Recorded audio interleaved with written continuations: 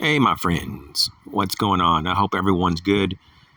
I just wanted to chat about acceptance today and talk about some of the things I see going on, possibly here in the second half of 2022. I think it starts with acceptance because with that, you can identify the problems and then create the solutions. It's the ability to plan accordingly. And I think it's really underrated to examine what is going on. So many people only think about things that they're told instead of stopping for themselves and thinking for themselves, right? So there's nothing wrong with taking a moment and looking around and seeing what's going on. So, unless you identify that there's a problem, unless you accept that there's a problem, then you can't really do anything about that, right? So it's so very important to get to a point that you can accept what is going on and not live in this active state of denial, which I see most people live in. Now, in my opinion, there's a lot of things that can happen here in the second half of 2022. I just want to run through some of these. We have inflation that continues. Some people believe that it's going to start to taper and slow down. Other people think it could actually ramp up even further or at least be consistent. We also have the economic recession, right? And that's by most people's standards. Even the technical standard has been met already. So we're like actually in a recession right now. But we have stagflation starting to happen. We also have like the stock market, which seems to be quite volatile. It's still down quite a bit. Is it going to rebound for a while? It's possible. But it does look like overall the stock market might be in for a long ride. It might be up and down for a while, but it could end up being quite a bit even lower than what it is now. We also have the fuel shortages. Regardless of what you believe is going on, there's plenty of evidence to show that, for almost everything I'm talking about here today is been planned and it's artificial in nature. Like, we don't actually have a shortage of fuel. What we do have is a lot of red tape and a lot of politics that are keeping the fuel from getting to us. And so, we got a fuel shortage, but it's been engineered to be that way. But regardless, we have a fuel shortage. We have a lot of power problems. Like, they're talking about a lot of power outages, rolling blackouts, in some states here for the summertime. And switching gears quickly here, we have the pandemic. The outlook for the pandemic for the rest of the year looks bleak. There's a lot of scientists saying that once we get to the end of summer, going into flu season again in the fall and winter, it could be COVID 2.0. And of course, we're starting to hear more about monkeypox. It's on the rise. Is that something that you should be concerned about? I don't know. I think some of this is just engineered to create fear, but we obviously have something going on here. We also have the destruction of family farms and ranches. A lot of people can't even pay the taxes, and they're having to basically do a forced sale. And you have people like Bill Gates and other investors that come around and buy them on the cheap.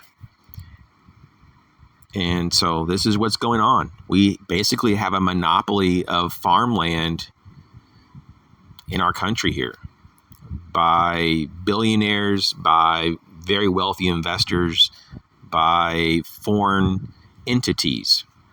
I mean, even China is buying up a lot of our farmland. It's not good. And this kind of like goes to the obvious next point, which is food shortages. And this is quite concerning. food shortages, which are being predicted to really start toward the end of the summer, which at the time of this video, we're just weeks away. How much of this is going to affect the United States of America is a bit unknown, but we will probably not fare very well. But I think we will fare better than like most of Europe and Asia. That's just my thoughts on that. We'll see what happens. It'll be soon enough. Now, I do want to add one more thing, though, to the so-called pandemic. And that is that there's talk of a lot more, new updated viruses that are supposed to be on the horizon, new variants, if you will, of COVID. And because of that, we're supposed to have new vaccines. I think what they're trying to say in a kind of a roundabout way is that, well, there's going to be a lot more pain and suffering in the near future. And at the moment, we already have death on the rise from all causes. And we have a lot of people that are dying above the baseline of death pre-pandemic. And a lot of these deaths are not being labeled from COVID or from vaccines, but they could be caused directly or indirectly, though, from those. We don't know all the details, but what we do know is that funeral homes across the country and really across the world, especially the first world countries that took the most vaccines, are having apparently the most problems with excess death from all causes. What about the Chinese and Russian troop buildup in Central America? Is that a threat to the United States of America? I would say that it's not a good thing. What about more red flag laws or anti-Second Amendment laws? They're pushing those very, very hard. That could be an issue as well in the second half of 2022. Another very concerning thing is the increase of suicide. Now, is this because of the economic downturn? Is it just because people's mental health is just so poor after the pandemic or plandemic, however you want to look at it? Maybe so. But we also have a veteran crisis. We also have a southern border crisis. We also have a drug and homeless crisis. Some people call those epidemics. And then we have the whole CERN issue. I don't personally follow this very much, but they have been doing runs of colliding more particles. They're trying to play God, is what it seems like. They're trying to figure out all the secrets of the universe. But check this out. Supposedly, we have this big energy shortage, right? Especially over there in Europe. And are you aware of how much CERN uses? It uses 1.3 terawatts, 1.3 terawatt hours, more specifically. And do you know what that equates to? Roughly 300,000 homes for a year. 1.3 terawatt hours equals about 300,000 homes for a year. And once again, this is just to be using it to collide particles together. Is this a wise use of energy? Some people say no. Okay, and just in closing though, what about riots from various civil issues, legal issues? There's various things that the Supreme Court has handed down recently. Roe versus Wade and so forth. I think that will continue for sure. And I think that the upcoming election here in 2022 isn't going to be a very peaceful time. Are we going to have civil unrest? Maybe.